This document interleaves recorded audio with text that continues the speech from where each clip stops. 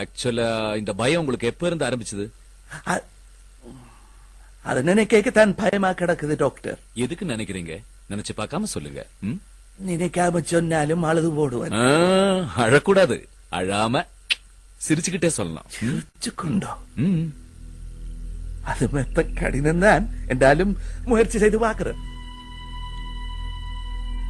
சின்னன்ல எல்லாரும் என்ன தைரியமான பிள்ளை என்றுதான் சொல்லுவேன். நானும் அப்படித்தான் இருந்தேன்.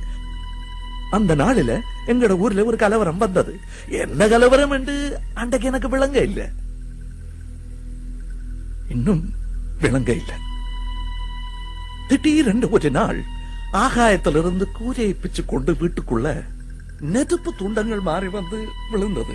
செல்லடிக்கிறாங்கள் என்று கூவிக்கொண்டு அம்மாவும் அப்பாவும் என்ற கையை பிடிச்சு கொண்டு வீட்டுக்கு வெளியில வாஞ்சவங்க.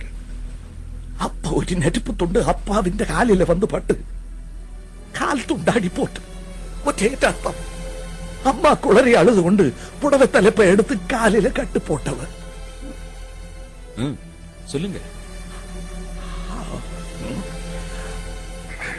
அந்த நேரம் பார்த்து இஜும்பு தொப்பியும் கையில துப்பாக்கியமாக 4-5 பேர் அங்க வந்தவங்க. ஊர்ல எல்லாரும் என்ற அம்மாவை நல்ல வடிவான மனுஷி என்றுதான் சொல்லுவினம். அது உண்மைதான். அந்த வடிவ விளையான எண்ணத்தோட அந்த இஜும்பு தொப்பிக்காரங்க பார்த்துட்டவங்க.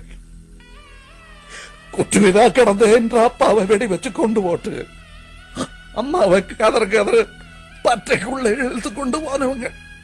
நான் சின்ன பெடியதானே கையில இடச்ச காலி எல்லாம் எடுத்து அவங்கள மேல எரிஞ்சதான். அதுல ஒருத்தன் முடிய பிடிச்சு தூக்கிங்க எறிஞ்சவன். தலகல்ல போதும் போட்டு நினைவிழந்து போன நான் கண்ணை திறந்து வாக்க வடிவான என்ற அம்மா அந்த வடிவெல்லாம் போய் தலைவிரி கோலமா பிறம பிடிச்சது போல இருந்தவன்.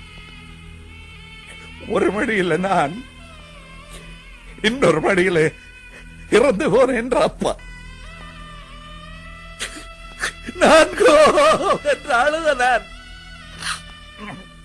அம்மாள இல்ல, என்னையும் ஆள வேண்டாம் என்று சொன்னவன். இந்த வரடா, நீதான ஒரே ஆண் பிள்ளை, தைரியமாக இருக்க வேணும், இனி பயப்படக்கூடாது என்று சொன்ன அந்த நிமிஷம் முதல் எனக்கு என்றாலும் பயம் டாக்டர். அழாமல் சிரிச்சு கொண்டு சொல்ல வேண்டும் என்று சொன்னீர்கள். அழுது போட்டேன், சாரி. அதுக்கு பிறகு ஒரு பிரச்சனையில அம்மாவும் போட்டார். Cool down, cool down.